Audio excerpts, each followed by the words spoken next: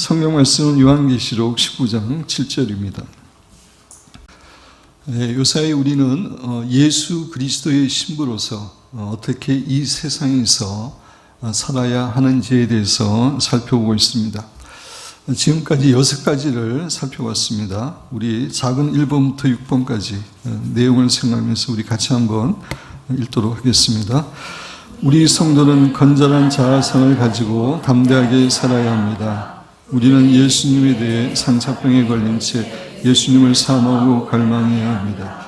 우리의 모든 관심과 삶의 목적과 삶의 이유는 오직 예수님이 되어야 합니다. 우리 신부는 예수님의 마음과 감정까지 알기 위해 애써야 합니다. 우리 신부는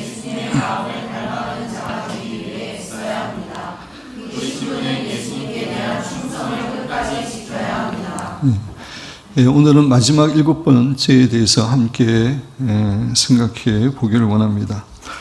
마지막 7번째로 우리 신부는 죄를 철저하게 버리고 몸의 정절을 지키기 위해 애써야 합니다. 다시 말씀드려서 우리 신부는 정결하고 거룩한 삶을 힘써 추구해야 합니다. 우리 7번째, 우리 한 목소리 같이 읽어보도록 하겠습니다. 우리 신부는 죄를 철저하게 버리고 몸의 정절을 지키기 위해 애써야 합니다. 다시 말씀드려서 우리 신부는 정결하고 거룩한 삶을 힘써 추구해야 합니다. 지난 주일에 우리는 예수 그리스도의 신부로서 예수님께 대한 충성, 신실함을 끝까지 지켜야 된다고 말씀드렸습니다. 예수님께 충성을 지키는 것은 구체적으로 우리가 끝까지 믿음을 지키는 것이고, 두 번째로는 우리의 마음이 잠근 동산이 되도록 우리의 마음을 지키는 것이라고 말씀을 드렸습니다. 그런데 우리가 예수 그리스도의 신부로서 예수님께 충성을 지키기 위해서는 우리의 믿음과 마음뿐만 아니라 우리의 몸도 정결하게 지켜야 됩니다. 사실 몸과 마음은 하나이고 함께 가는 것이기 때문입니다. 예를 들어서 어떤 자녀가 마음으로는 부모를 참으로 사랑하고 공경하지만 실제 행동에서는 효도하는 행동을 전혀 하지 않는다면 그런 효도는 진정한 효도가 아닙니다. 마음으로 부모를 사랑하고 공경하는 것뿐만 아니라 실제 생활에서 그 효도하는 마음이 구체적인 행동으로 나타나야 정상입니다. 마찬가지로 우리가 예수님께 충성을 지킬 때에 우리의 믿음과 마음만 지켜서는 안 되고, 그것과 더불어 우리의 몸의 정절도 반드시 지켜야 됩니다. 그것이 온전히 예수님께 충성하는 것이기 때문입니다. 그래서 사도 바울은 그리스도의 신부인 우리들의 영과 혼과 몸 모두가 정결하게 되어서 주님을 만나기를 원했습니다. 고린도후서 11장 2절에 보면 내가 하나님의 열심으로, 사도 바울은 하나님이 정말 열정이 있고 대단한데 그 열심으로 너희를 위하여 열심을 내노니 내가 너희를 정결한 처녀로, 정결한 그리스도의 신부로 한 남편인 그리스도께 드리려고 중매함이로다. 사도 바울의 모든 사역의 목적은 성도들 하여금 예수 그리스도의 정결한 신부가 되어서 예수님을 만나도록 하는 것이었습니다. 또 데살로니가 전서 5장 23절에는 이렇게 이야기합니다. 사도 바울은 평강의 하나님이 친히 너희를 온전히 거룩하게 하시고 또 너희의 온 영과 혼과 몸이 우리 주 예수 그리스도께서 강림하실 때에 흠없게 보존되기를 원한다라고 이야기하고 있습니다. 우리의 영과 혼만 거룩하게 보존되는 것이 아니라 몸도 함께 보존되기를 원한다라고 사도 바울은 이야기하고 있습니다. 그렇습니다. 그리스도의 신부인 우리는 믿음과 마음을 지킬 뿐만 아니라 우리의 몸의 정절도 지켜야 됩니다. 그래서 오늘은 그리스도의 신부로서 우리가 어떻게 몸의 정절을 지킬 수 있는지에 대해서 살펴보면서 하나님께서 우리 각자에게 주시는 은혜와 교훈을 받기를 원합니다. 몸을 정결하게 지킨다는 것은 간단하게 말씀드려서 몸으로 거룩한 삶을 살아가는 것을 말합니다.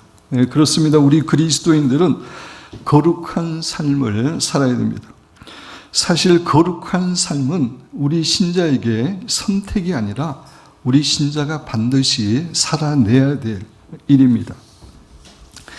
베드로 전서 1장 15절 16절을 보면 오직 너희를 부르신 거룩한 이처럼 우리를 부르신 분은 하나님입니다. 근데 하나님이 거룩하신 분임을 이야기하고 있습니다. 하나님의 속성은 여러 가지가 있지만 가장 본질적이고 중요한 하나님의 속성은 거룩입니다. 하나님께서 거룩하신 것처럼 너희도 모든 행실에 거룩한 자가 되라고 이야기하고 있습니다. 거룩한 자가 되면은 참 좋겠다, 이런 수준이 아닙니다. 되어야 한다고 명령하고 있습니다.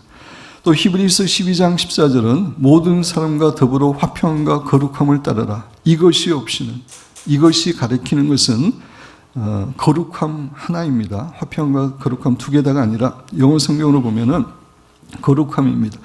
거룩함이 없이는 아무도 주를 보지 못하리라 이야기하고 있습니다. 거룩함이 없이는 천국에 갈 수 없음을 이야기하고 있는 겁니다. 히브리서 기자는 오직 거룩한 삶을 사는 신자만이 천국에 입성하게 됨을 분명하게 교훈해 줍니다.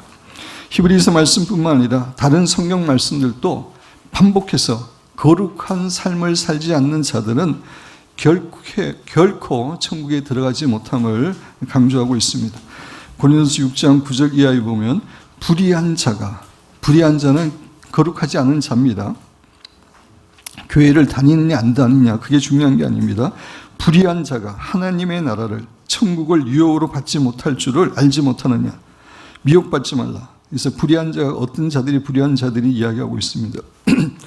음행하는 자나 우상 숭배하는 자나 간음하는 자나 탐색하는 자는 남자가 창녀 역할을 하는 그런 죄입니다. 남색하는 자, 남색은 동성연애를 가리킵니다. 도적이나 탐욕을 부리는 자나 술 취하는 자나 모욕하는 자나 속여 빼앗는 자들은 하나님의 나라를 유업으로 받지 못하리라. 이런 자들은, 거룩하지 못하는 자들, 경건하지 못한 자들은 절대로 하나님의 나라에 들어갈 수 없음을 이야기하고 있습니다.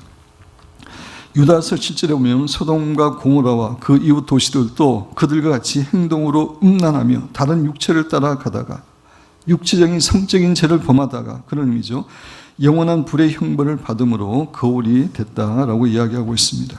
또 요한계시록 22장 15절에는 구체적으로 이런 자들은 결코 새 예루살렘 성에, 천국에 들어가지 못한다라고 설명하고 있는 내용입니다. 개들과 점술가들과 음행하는 자들과 살인자들과 우상 숭배자들과 및 거짓말을 좋아하며 지어내는 자는 다 성 밖에 있으리라. 이 성은 새 예루살렘 성을 의미하는 것이고 영원한 천국을 의미하는 것입니다. 사랑하는 성도 여러분, 예수님께서는 이 세상에 거룩한 신부들을, 정결한 신부들을 데리러 오셔서 그들과 혼인 예식하시고 그들을 영원한 천국으로 인도하신다는 사실을 우리가 잊어서는 안 됩니다. 따라서 우리 예수님의 신부들은 거룩하고 정결한 삶을 반드시 살아내야 됩니다. 물론 이 바는 우리가 옳은 행실로, 우리의 의로운 행위로 구원함을 받는다라고 말씀드리는 것은 결코 아닙니다. 우리는 오직 예수님을 구세주와 주인으로 영접함으로, 믿음으로 구원함을 받습니다. 그렇지만 구원함을 받은 사람은 반드시 거룩한 삶이라고 하는 열매를 맺어야 됩니다.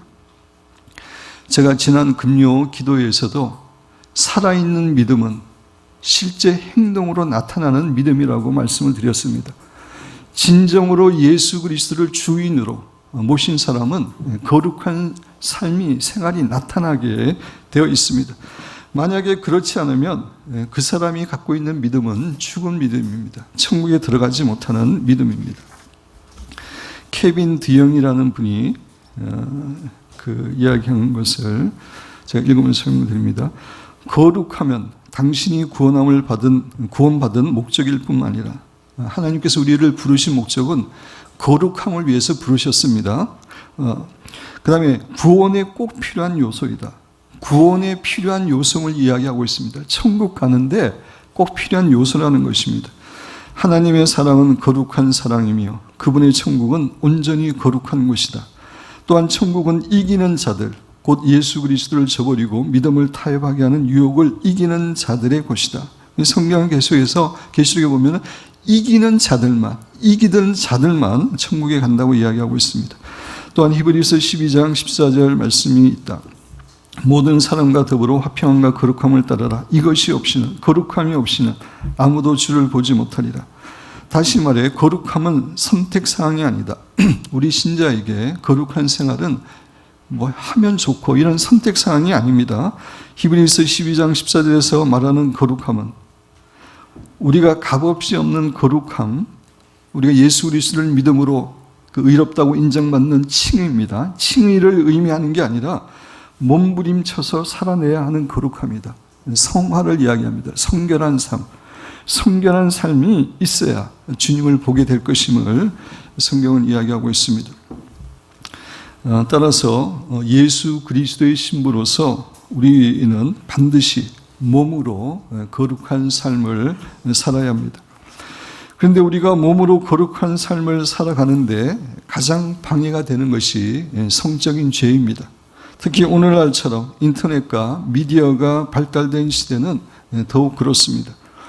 켄트 휴, 관능은 성적인 죄를 의미합니다. 오늘날 남자 사이에서, 사실 오늘날 남자뿐만 아니라 여자들 중에서도 마찬가지입니다. 오늘날 사람들 사이에서 쉽게 경건에 가장 큰 장애물이 되고 교회를 황폐하게 만든다. 경건과 관능은, 성적인 죄는 상호 배타적이고 관능에 붙들리는 사람들은 그 땀에 젖은 손아귀에 있는 동안은 결코 경건에 이룰 수 없다라고 이야기하고 있습니다. 브루스 윌킨스는 성적 부도덕은 명백히 우리 문화 속에 있는 모든 죄들 중 가장 널리 만연되어 있고 파괴적인 것이면서 그러나 그것에 대해 거의 설교하지 않고 있거나 혹은 그리스도인들 사이에서 솔직하게 논의되지 않는 것이기도 하다. 도전을 받지 않은 채 그것은 점차적으로 지배 아래에 있는 사람들의 삶을 주관하고 파괴한다 라고 이야기합니다. 우리가 거룩한 삶을 살아가는데 가장 방해가 되는 것이 오늘날 성적인 죄입니다. 그런데 우리 교회 성도들 가운데는 실제적으로 간음을 하거나 불륜을 저지르거나 아니면은 건전하지 않은 그런 마사지 샵이나 가서 그런 행위를 하는 사람은 없다고 믿습니다. 그거는 예수 그리스도의 신부로서 있을 수 없는 일이기 때문입니다. 그럼에도 불구하고 우리들이 쉽게 빠질 수 있는 성적인 죄가 있습니다. 그것은 눈으로 음란한 사진이나 동영상을 보는 것입니다. 요즘은 인터넷이나 대중매체에 음란한 사진이나 동영상이 넘쳐나기 때문에 우리 신자들도 눈으로 성적인 죄를 범하기가 쉽습니다. 그것은 저도 마찬가지입니다. 제가 그런 것들을 일부러 찾아보지는 않지만 그러나 인터넷 뉴스나 유튜브를 보면은 그런 것들이 많이 보입니다. 저에게도 유혹입니다. 그런데 예수님께서는 우리가 눈으로 짓는 죄도 몸으로 성적인 죄를 짓는 것과 동일한 것임을 경고하십니다. 마태복음 5장 28절 나는 너에게 이르노니 음욕을 품고 여자를 보는 자마다 마음에 이미 간음했다라고 이야기하고 있습니다. 영적인 세계에서는 생각이나 마음으로 짓는 것도 실제로 짓는 죄와 똑같은 죄입니다. 그래서 예수님께서는 음욕을 품고 여자를 바라보는 것, 그것이 간음임을 이야기하고 있습니다. 여자가 남자를 그렇게 쳐다보는 것도 마찬가지입니다. 그래서 예수님께서는 눈으로 범죄하고 지옥 가는 것보다 눈으로 범죄해도 지옥 감을 이야기하십니다. 눈을 빼버리고 천국에 들어가는 것이 더 낫다고 말씀하십니다. 마태복음 5장 29절에 만일 내 오른눈이 너를 실족하게 하거든 빼어내버리라. 우리의 눈이 그런 음란한 것을 봐서 죄를 범하게 하거든 아예 빼버리고 빼버리고 천국 가는 것이 낫다고 예수님이 이야기하고 있는 겁니다. 이거는 가볍게 예수님이 농담하는 게 아닙니다. 진짜로 눈으로 죄를 범할 수 있고 그 죄는 지옥에 떨어지는 죄이기 때문에 그 정도로 우리는 주의를 해야 된다라고 우리에게 교훈해 주고 있습니다. 이런 의미에서 우리 성도들은 눈을 잘 지키는 삶을 살아야 됩니다. 우리가 눈으로 보는 것은 우리의 인생에 큰 영향을 끼칩니다. 우리의 눈은 뇌와 연결이 되어 있습니다. 따라서 우리가 어떤 것을 보면 그것이 뇌에 자극을 주고 영향을 주고 그것이 우리의 인생에 사고에 영향을 끼칩니다.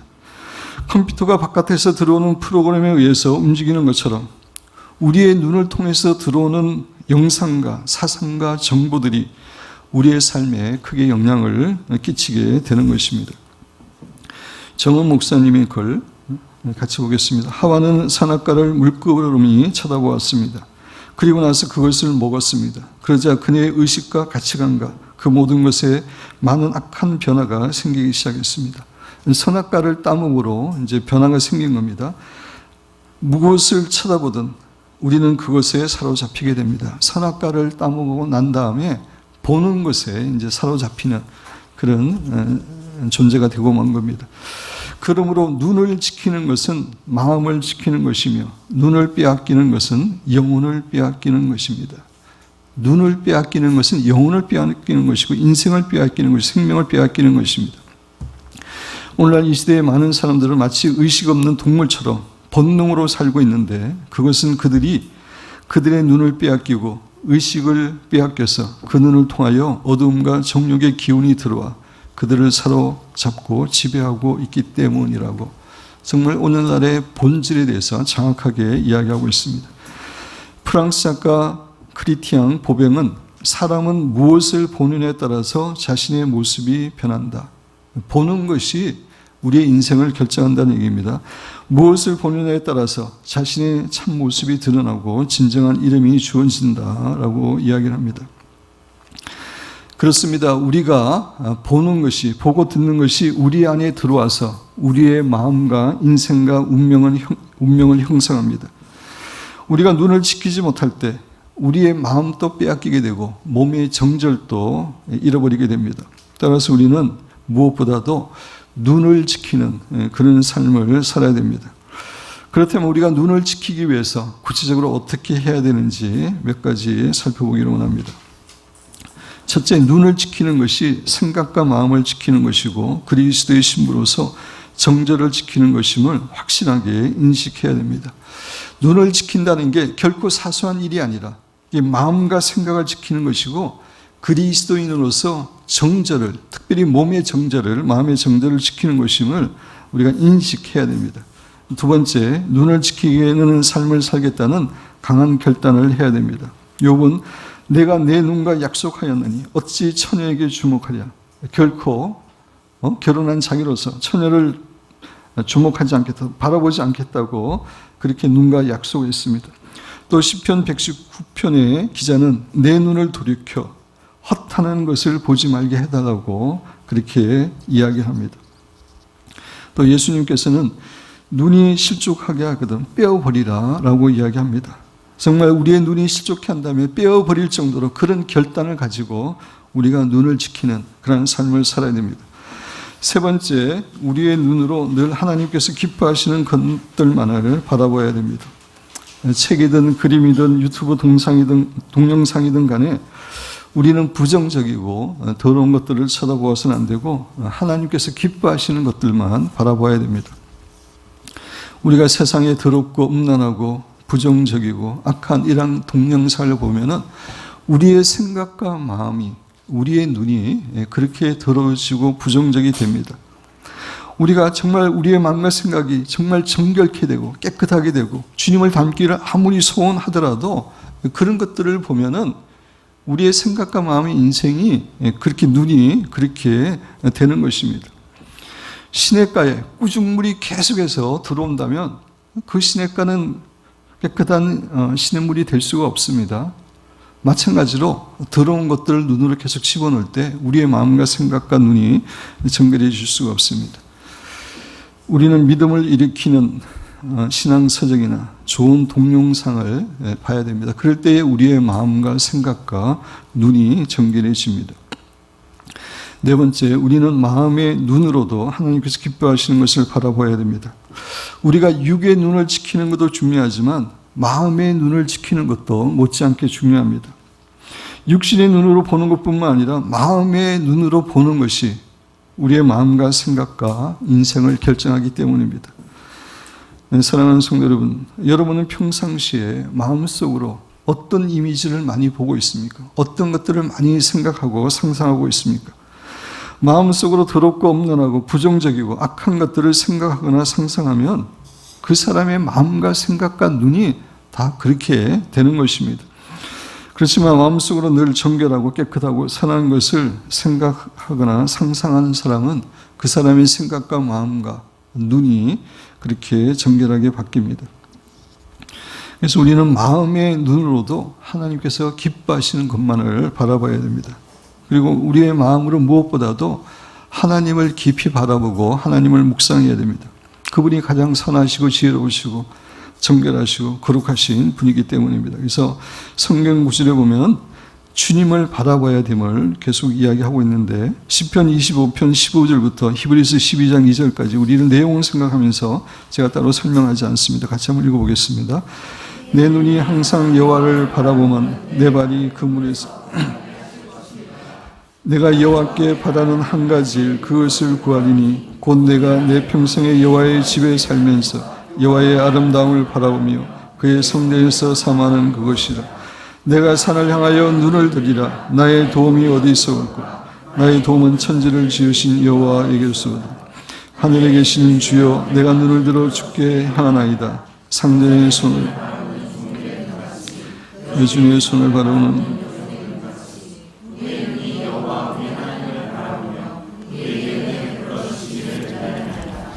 믿음의 주여 또 온전하게 하신 예수를 바라보세요.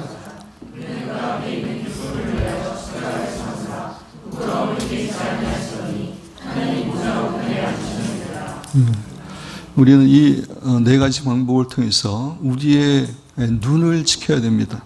우리가 눈을 잘 지킬 때 우리의 눈은 아가서에 나오는 술람미 여인의 눈과 같이 됩니다. 비둘기의 눈이 되는 겁니다. 아가서 1장 15절 내 사랑하는 너는 어여쁘고 어여쁘다. 내 눈이 비둘기 같구나. 예수님께서 사랑하는 술람미 여인을 쳐다보면서 내 눈이 비둘기 같다라고 칭찬을 하십니다. 아가서 설교 때 이것에 대해서 자세히 말씀을 드렸지만 간단하게 말씀을 드립니다. 비둘기 눈이 어떤 눈인지. 첫 번째 비둘기의 눈은 신실하고 충성스러운 눈입니다. 비둘기는 새들 가운데 가장 지조 있는 새입니다. 일반적으로 다른 새들은 매년 짝을 바꿔가면서 짝짓기를 하지만 비둘기는 한 번 짝을 맺으면 죽을 때까지 짝을 바꾸지 않고 결코 바람을 피우는 일도 없다고 합니다. 그리고 다른 새들은 짝이 죽으면 다 이제 다른 짝을 찾지만 비둘기만은 자기의 죽은 짝을 그리워하면서 죽는다고 합니다. 이런 의미에서 눈이 비둘기 같다는 것의 첫 번째 의미는 신실하고 충성스럽고 절개가 있다는 것입니다. 두 번째 비둘기의 눈은 이 세상과 영원한 천국을 동시에 바라보는 눈입니다. 비둘기 전문가에 의하면 비둘기의 눈은 초점이 이중이라고 합니다. 그래서 위에 있는 초점으로는 멀리 있는 것들을 바라보고 아래에 있는 초점으로는 그 눈앞에 있는 그런 것들을 볼 수 있다고 합니다. 이렇게 비둘기는 먼 곳과 가까운 곳을 동시에 바라보는 지혜로운 눈을 가지고 있습니다. 이런 의미에서 우리가 이 세상만 바라보는 것이 아니라 영원한 천국을 동시에 바라보면서 살아가는 그런 눈이 비둘기의 눈입니다. 세 번째 비둘기의 눈은 순결한 눈입니다. 까마귀나 독수리나 솔개 등은 죽은 시체, 사체를 먹는 정결하지 못한 새들입니다.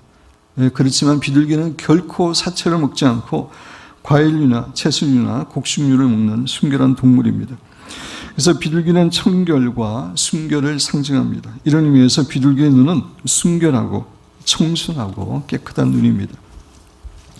네 번째 비둘기의 눈은 온유하고 친절한 눈입니다. 독수리나 매의 눈은 날카롭고 매섭습니다. 그러나 비둘기의 눈은 온유하고 친절한 눈입니다. 우리 신자가 다른 사람들을 긍휼히 여기고 불쌍히 여기는 눈을 가지고 살아갈 때 그때 우리의 눈이 비둘기의 눈이 됩니다. 이렇게 우리의 눈을 잘 지켜서 우리의 눈이 비둘기의 눈같이 되면은 예수님께서는 우리의 눈을 보시고 마음을 빼앗기십니다. 아가서 4장 9절 내 눈이 내 신부야. 내가 내 마음을 빼앗았구나. 내 눈으로 한 번 보는 것과 내 목에 구슬개미 한 개미로 내 마음을 빼앗았구나. 예수님을 사랑하는 술람미 여인의 눈을 보고 예수님이 마음을 빼앗았다고, 마음이 빼앗겼다고 이야기하고 있습니다. 여기서 마음을 빼앗는다는 것은 가슴이 터질 정도로 황홀하게 하고 기쁘게 한다라고 하는 그런 의미입니다. 그렇습니다. 예수님은 비둘기 눈을 가진 신자를 바라보게 되면 가슴이 터질 정도로 기쁨과 황홀감을 느끼시게 되는 겁니다. 사랑하는 여러분과 저의 눈은 비둘기의 눈이 되어서 정말 그렇게 주님의 마음을 기쁘게 하고 주님의 마음에 황홀감을 드리는 그런 성도들이 되시기를 주님의 이름으로 축원드립니다.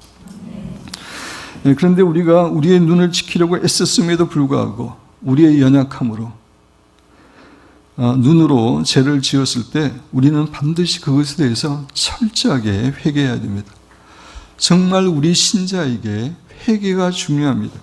죄를 지었을 때는 철저하게 회개해야 됩니다. 회개하는 사람만이 천국에 들어간다고 성경은 우리에게 교훈해 줍니다. 요한계시록 12장 14절 같이 한번 읽어보겠습니다. 자기 두루마기를 빠는 자들은 복이 있으니 이는 그들이 생명나무에 나아가며 문들을 통하여 있습니다. 자기 두루마기를 빤다는 것은 제가 요한계시록 설교할 때 말씀드렸지만 회개하는 생활을 하는 사람입니다. 철저하게 회개하는 생활을 하는 사람이 복이 있다고 예수님이 말씀하시면서 이는 그들이 회개하는 사람들만이 철저하게 자기에 대해서 애통하고 회개하는 사람들만이 생명나무에 나아가며 새 예루살렘에 생명나무가 있습니다. 영원한 천국에 새 생명나무가 있습니다. 그곳에 나아가며 문들을 통하여 새 예루살렘 문들을 통해서 성에 새 예루살렘 성에 들어갈 권세를 받게 된다라고 이야기하고 있습니다. 회개가 우리에게 너무나 중요합니다. 우리가 우리의 눈을 지키려고 하는 그런 삶을 살기 위해서 애쓰고 노력하지만 우리의 연약함으로 죄를 범하게 됐을 때 철저하게 그것을 하나님 앞에 회개해야 됩니다. 회개하는 자들만이 천국에 입성함을 하게 됨을 예수님 우리에게 교훈하십니다. 회개할 뿐만 아니라 우리의 눈에 주님의 보혈을 충만히 뿌려야 됩니다. 저는 아침에 일어나서 하나님 전신갑주를 입을 때에 이제 의의 흉배를 붙일 때 온몸에 주님의 보혈을 이렇게 뿌리는데 눈에도 뿌립니다. 그리고 제가 때로 눈으로 실수하고 죄를 범했을 때도 회개하고 나서 주님의 보혈을 눈에 뿌리는니다. 이렇게 거룩한 상상력을 동원해서 눈의 모든 세포에 주님의 보혈이 뿌려져서 정결케 되고 그리고 눈을 통해서 눈신경을 통해서 우리의 뇌까지 그런 이제 잘못된 상들이 들어가서 있을 수 있는데 그 모든 그 과정에 주님의 보혈이 뿌려짐으로 내 속에 있는 그런 잘못된 상들도 다 사라지는, 없어지는, 그렇게 이제 주님의 보혈을 뿌리는 기도를 합니다. 성도 여러분, 우리는 예수님의 신부로서 믿음과 마음뿐만 아니라 몸의 정결을 지켜야 됩니다. 그러기 위해서는 우리의 눈을 꼭 지켜야 됩니다. 사랑하는 여러분과 저는 무엇보다 우리의 눈을 잘 지킴으로 우리의 몸도 거룩하게 하나님 앞에서 충성스럽게 지키는 예수 그리스도의 신부가 되시기를 주님의 이름으로 축원드립니다. 우리는 그동안 5주에 걸쳐서 예수님의 신부로서 어떻게 살아야 되는지 살펴봤습니다. 우리 앞부분에 돌아가서 1번부터 7번까지 다시 한번 읽어보겠습니다. 우리 성도는 건전한 자아상을 가지고 담대하게 살아야 합니다. 우리는 예수님에 대해 생사병을 해서 예수님 우리의 모든 관심과 삶의 목적과 삶의 이유는 오직 예수님이 되어야 합니다.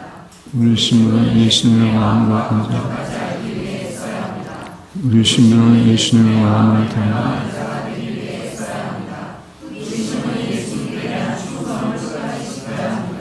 우리 신부는 더러운 죄를 씻으며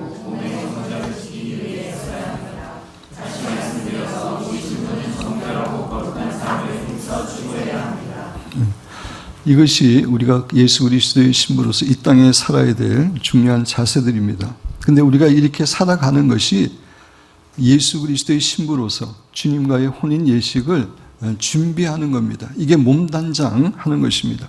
요한계시록 19장 7절에 보면 우리가 즐거워하고 크게 기뻐하며 그에게 영광 돌리세 어린 양의 혼인 기약이 이르렀고, 이제 예수님과 우리가 혼인 예식을 하는 그날이 멀지 않았습니다. 근데 그의 아내가, 교회가, 우리 신부들이 자신을 준비했다 그랬는데 자신을 몸단장했다는 것입니다.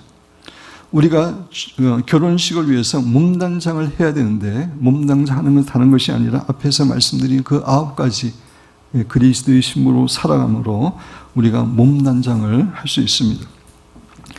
아나 론추리라는 사람의 글을 보니까 이런 얘기가 있습니다. 이분이 이제 기도하는 가운데 하나님께서 그에게 이제 말씀하시는 것을 그 책에 기록했는데 제가 인용했습니다. 제가 읽으면서 설명드립니다. 아나야, 이제 내가 너를 부른 이유를 말해주겠다. 내 아버지께서, 하나님께서 말씀을 이어가셨다. 너는 몸 단장을 해야 한단다. 그리스도의 신부로서 우리는 단장을 해야 됩니다. 내 아들과 약혼한 이유로, 예수님과 약혼한 이유로 너는 더 이상 너 자신의 것이 아니다. 너는 그의 것이다. 우리는 다 주님의 것입니다. 에스더처럼 너도 몸을 단장하거라. 우리가 이전에도 에스더가 어떻게 준비하는지 살펴봤지만 6개월, 1년 동안 철저하게 아하수로 왕을 위해서 몸을 준비했습니다. 그렇게 준비하라고 이야기합니다. 우리는 너를 사랑한다. 삼위일체 하나님이 우리 너를 사랑한다. 그러나 넌 부르심을 받고 선택되었단다. 따라서 순종 안에 내재된 필수적인 훈련을 위해 몸 단장의 필요성이 배제되는 것은 아니다. 너의 순종은 나를 향한 완전한 사랑에서 나와야 한다. 강요에 의해서가 아니라 사랑 때문에 순종하는 것이지. 에나야, 풍성한 수확을 거둘 수 있도록 작은 여우들을 잡으라. 그분은 말씀을 계속하셨다. 이 시간은 신속하게 지나갈 것이다. 지금 어떤 의미에서 예수님과 약혼한 기간입니다. 우리는 이 땅에 살아가는 기간인데 이 기간이 신속하게 지나갈 것이다. 우리는 내가 그 모든 시간을 소중히 여기기를 원한다. 하나님께서는 우리가 이 기간을 소중히 여기기를 원하십니다. 연애 기간은 기념할 만한 시간이며 마음을 들뜨게 하는 시간이다. 그것은 연인들이 손을 맞잡고 걷는 시간이며 상대방에 관한 지식과 이해 안에서 성장해 가는 시간이다. 서로를 알아가는 시간이죠. 지구상에서 연애의 기간은 달콤하다. 하지만 아나야, 넌 천국의 왕자인 내 아들과 연애하고 있는 중이다. 내 아들보다 더 완전하고 더 아름다운 존재는 없다. 내 아들은 그 누구보다 더 능력 있고 더 영광스럽다. 내 아들과의 연애를 경험하는 시간에 완전히 몰두하도록 하여라. 몰두하면서 마음을 단장하라고 하나님이 말씀하시는 겁니다. 사랑하는 성도 여러분, 이 세상은 정말 잠시 잠깐이면 지나갑니다. 우리는 이 세상에 살 때에 예수 그리스도의 신부로서 잘 준비함으로 이제 곧 재림하시는 예수님을 기쁨으로 만나 혼인 예식을 하고 또 영원한 천국에서 사랑하는 예수님과 함께 영원히 축복 가운데 살아가시기를 주님의 이름으로 축원드립니다.